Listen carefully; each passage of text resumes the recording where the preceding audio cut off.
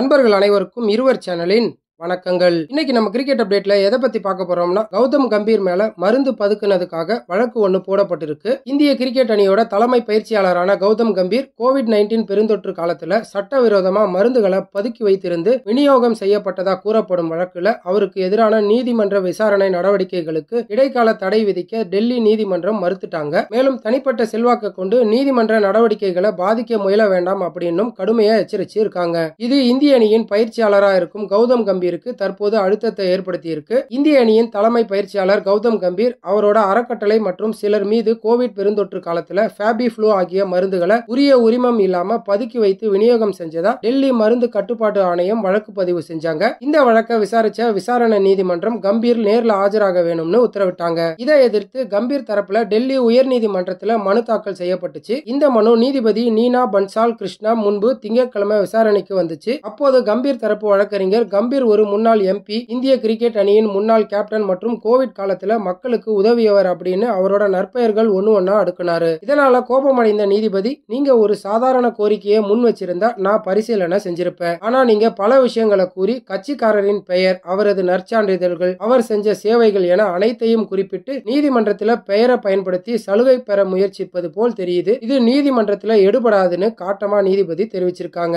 2021ஆம் ஆண்டு மே மாதம் கோவிட்-19 இரண்டாம் அலையின் போது டெல்லியில் மருந்துகளுக்கு கடுமையான தட்டுப்பாடு நிலவியது. அந்த நேரத்தில் கௌதம் கம்பீர் தன்னோட அறக்கட்டளை மூலம் 2628 ஃபேபி ஃப்ளூ மாத்திரை அட்டைகளை வாங்கி அதுல 2343 அட்டைகளை நோயாளிகளுக்கு விநியோகம் செஞ்சதா கூறப்படுது. உரிய உரிமம் இல்லாம மருந்துகளை வாங்கி விநியோகம் செஞ்சது மருந்துகள் மற்றும் அழகு சாதன பொருட்கள் சட்டத்தின் கீழ் குற்றமாகும். இது நிரூபிக்கப்பட்ட 3 வருஷம் வரைக்கும் சிறை தண்டனையும் அபராதமும் விதிக்கப்பட வாய்ப்பு இருக்குது. கம்பீரோட நோக்கம் நல்லதாக இருக்கலாம் என்றாலும் மருந்து தட்டுப்பாடு நிலவிய நேரத்தில் அவரோட செயல் பொறுப்பானதா அப்படின்னு நீதிமன்றம் கேள்வி எழுப்பியது. இந்த வழக்குல கம்பீருக்கு எதிரான எஃப்ஐஆரை ரத்து செய்ய கோரும் பிரதான மனுவை ஆகஸ்ட் மாதம் கடைசியில விசாரிப்பதா ஒப்புக்கொண்ட நீதிபதி விசாரணை நீதிமன்ற நடவடிக்கைகளுக்கு உடனடியா தடை விதிக்க மறுத்துட்டாரு. இந்த வழக்கு செப்டம்பர் மாதம் 8ஆம் தேதி விசாரணை நீதிமன்றத்துல மறுபடியும் விசாரணைக்கு வர இருக்குது. இதனால இந்திய அணியோட தலைமை பயிற்சியாளர் கௌதம் கம்பீர் இந்த வழக்குல விசாரணையை எதிர்கொள்ள வேண்டிய கட்டாயத்திற்கு தள்ளப்பட்டிருக்காரு. இந்த வழக்குல கௌதம் கம்பீரோட செயல்பாடு குறித்து உங்களுடைய கருத்து என்ன அப்படிங்கறத கமெண்ட் செக்ஷன்ல கமெண்ட் பண்ணுங்க. மேலும் இந்த மாதிரி கிரிக்கெட் அப்டேட்ஸ்க்கு நம்ம சேனலை சப்ஸ்கிரைப் பண்ணிக்கோங்க. கூடவே பக்கத்துல இருக்கிற பெல் பட்டனை கிளிக் பண்ணி